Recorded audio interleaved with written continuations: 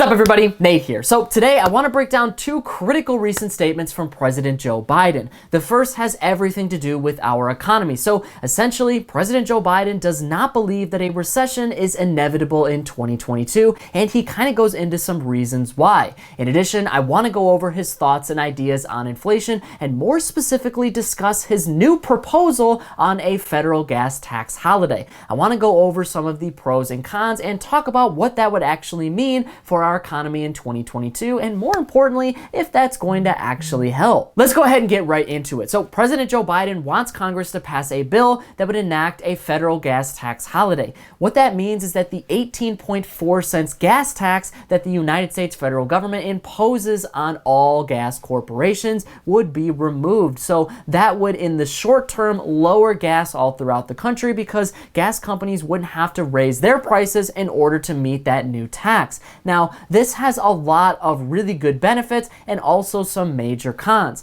The first benefit is, like I just said, gas prices would come down in the United States. That would ultimately mean that the CPI and inflation also decreases all throughout the country. That is definitely a positive, and this is important when we talk about inflation because energy costs, specifically gas and fuel, account for around 33% of the entire consumer price index. So energy is a huge portion of what Americans are spending their money on every single month. A federal gas tax holiday would basically bring that down. And Joe Biden wants to eliminate this federal gas tax from now until around September in our economy. So this would be a very long time, and it would help with supply chain issues and other things like the war between Russia and Ukraine. But here's where things get pretty tricky when we talk about a federal gas tax. With President Joe Biden wanting to eliminate the federal gas tax, well, that would mean that gas prices would go down. But with gas prices going down, the first and foremost thing that you need to understand is more than likely gas demand would start to rise in the United States. People would start using a lot more because it's a lot cheaper, and with demand going up, gas prices would probably have to rise too because gas companies would need to make a whole lot more gas. So that is the first major con. The second is our infrastructure in the United States, and something that I'm wondering if President Joe Biden really wants to go through with. So in 2021, he passed his infrastructure bill. This was a multi-trillion-dollar bill that was focused on our bridges, our roads, and our crumbling infrastructure all throughout the United States. It was supposed to improve that, but one of the ways that the United States federal road system gets its money is through taxes, more specifically a gas tax. And if you eliminate this gas tax, well, that fund is not going to get as much money. So all of those road projects, all of those projects from the infrastructure bill are either going to have to be funded in other ways, or they're going to have to pause until the gas tax holiday ends. This could end up being a huge deal because I'm not really sure what taxes are going to look like under President Joe Biden.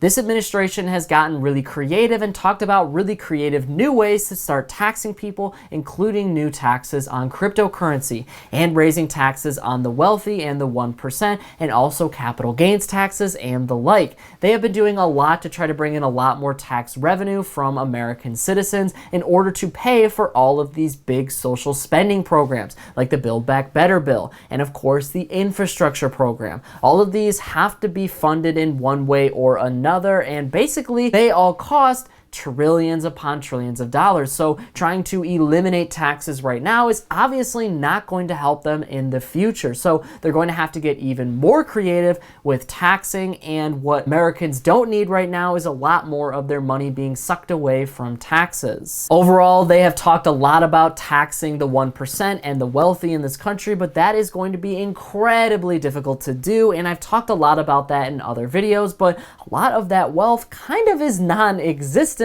until those wealthy people sell assets like stocks, bonds, and real estate. Until that happens, well, you can't exactly tax them because a lot of that money doesn't really exist yet. It's all unrealized value. It fluctuates every single day, so that's going to be very difficult to tax until you have a solid number of what it's actually gained in value. Taxes can sometimes go up and down too, so you're going to get not a guaranteed way to get money every single year, depending on how much those wealthy people are taxed at. So that's not really a good strategy either. But it really all just depends on how much people actually start using gas and how much gas actually comes down in price in the United States. If we see gas actually come down a lot, then that means inflation can come down a little bit more and Americans will have a little bit more money to spend on other things. That doesn't necessarily mean that they're going to spend more money on gas, do things like travel more, but it could be that prices come down for a lot of things, like travel, obviously gasoline prices, but your energy costs at your home and at your apartment or wherever you live could also start coming down too. A lot of those things Americans aren't going to do a whole lot more of right now. And like I said, gas prices might end up coming down, but they might just come down enough to kind of meet that equilibrium. So they're not really hurting Americans, but they're also not low enough to where Americans feel like they can go out and spend a ton of money on gas or travel in 2022. So it's going to be really interesting to kind of see if Congress actually does this. And like I said, Congress on the federal level has never done this before. We have never had a federal gas tax holiday.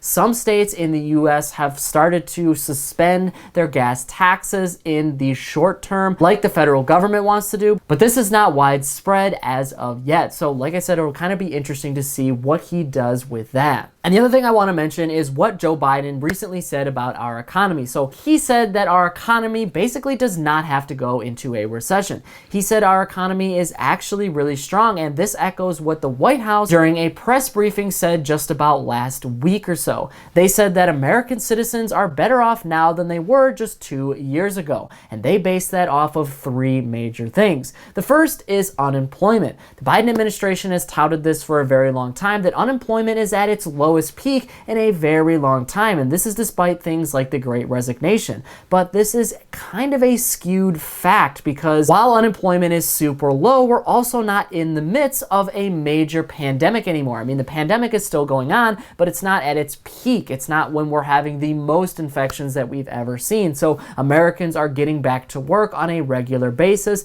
unlike what was happening back in 2020. We had to shut down to stop the spread. We had to do certain things. So yeah, millions of Americans were out of work. Unemployment at that point was around 15%, and right now it's around 3.6%. So that is pretty clear to see why unemployment would be so low right now. But with our economy kind of running into issues, unemployment is most likely going to start going back up. We haven't seen this just yet, but layoffs have been a huge thing from companies on the New York Stock Exchange as of late, and we're probably going to continue to see that as they make less sales and Americans have less money to spend. Number 2, President Joe Biden has talked a lot about how the government spending deficit has gone down since he's taken office. Now, this is a really skewed statistic as well because in 2020 and in 2021, the federal government was printing a whole lot of money in order to battle the pandemic. We were printing stimulus. We were printing all of this money to keep our economy afloat, and that meant that a recession in 2020 was the shortest of all time. So we were printing a whole lot of money back then, and now we aren't printing as much money. So yeah, the deficit is easily going to go back down. However, it's probably going to go back up as we have more problems in our economy, and if the Federal Reserve has to institute more easy money policies, depending on if we hit a recession and if the stock market continues to crash. So look out for that as well. And the third thing they've talked a lot about is wages. So over the last 2 years, depending on the statistics that you're looking at, wages in the United States have gone up anywhere between 3 and almost 10%. That just varies depending on if you're looking at private businesses, federal businesses, or just straight up public companies. All of these things matter because it means that Americans are making a lot more money, so they have more money to spend, and that is important as inflation continues to rise at over 40-year highs. Now, this is also a really interesting statistic because yes, wages have gone up, but I'm not really sure how much the Biden administration has affected that overall. Wages have gone up because people need more money to buy things because inflation is a lot higher. But with inflation hitting 8.6% in May of 2022, you getting a 5, 6, and even 7% raise is historic. Wages have gone up faster than they have since 1983. But what happened back in 1983? Inflation was at an all-time record high. So while wages have gone up, it hasn't really mattered as much as people have thought because inflation is so high, because prices for everything are so high. I mean, just in my lifetime, and remember, I was born in about the mid-90s, I have never seen gas in Michigan well over $5 a gallon. Right now, I have consistently seen that. So with that fact alone, things are getting a lot more expensive. I pretty much can't go into the grocery store and buy anything without spending $100 or more, and that's just on basic goods and services. I'm not the only one feeling that. Many Americans are feeling that too. So yeah, wages have gone up, but so has inflation. And remember, this is kind of an infinite cycle of doom because as people make more, they can buy more. As people buy more, businesses have to produce more, but as they produce more, that comes at a cost, so they raise their prices. When they raise their prices, well, now people don't have as much to afford because things cost more again.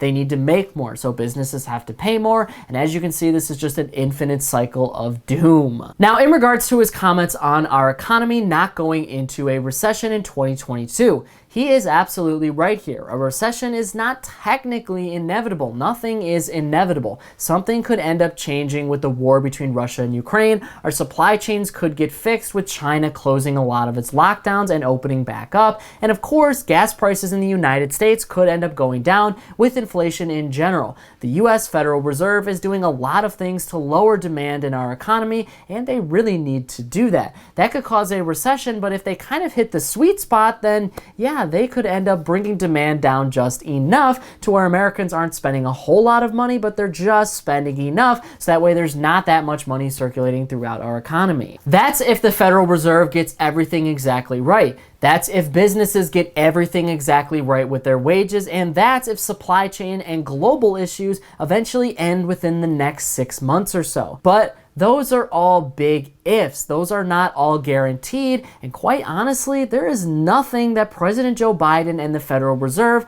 can really do to ultimately stop a recession. The biggest issues that we're running into are all overseas, with supply chain issues and just resources being in scarcity right now. So with that combined with the war between Russia and Ukraine, causing gas prices and precious metal prices to go up and natural gas to go up as well in price, well, you're going to run into some issues here at home. American businesses just don't have the supply, put things on the shelves, and then when they do get things, well, those things are really expensive. And that means that Americans need a whole lot more money, but with inflation so high, they can't exactly just go out and buy things. And with them not buying things, businesses have less to grow and less to continue to pay their workers, so that could also lead into a lot of layoffs and a lot of unemployment in the United States. The World Bank is now predicting that we could see an unemployment rate of around 5.5% within the next year or two in the US and of course globally.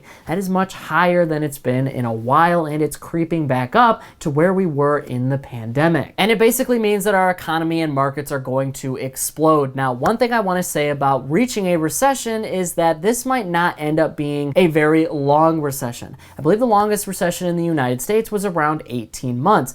If we hit a recession, which I think is pretty probable, I don't think it's going to be a very long one. I think once we have unemployment kind of going up, Americans really stopping their spending because the Fed is raising their interest rates, and all of these supply chain issues restricting everything else, well, that gives supply a whole lot of time to kind of meet demand in our economy, which is steadily starting to drop. It's not necessarily a good thing, but it is something that could be necessary for our economy in general, because right now, I don't think there's any bill or proposal that the United States federal government could pass that is going to bring us back from a recession. Once that happens, you're basically going to have a reset. Everything is going to reset. Everything is going to be right back at neutral, and then people can start spending and businesses can start spending again, and I think things will be much more positive after that, but we need to get there, and we are nowhere near the bottom of anything just yet. But that is it for me, everybody.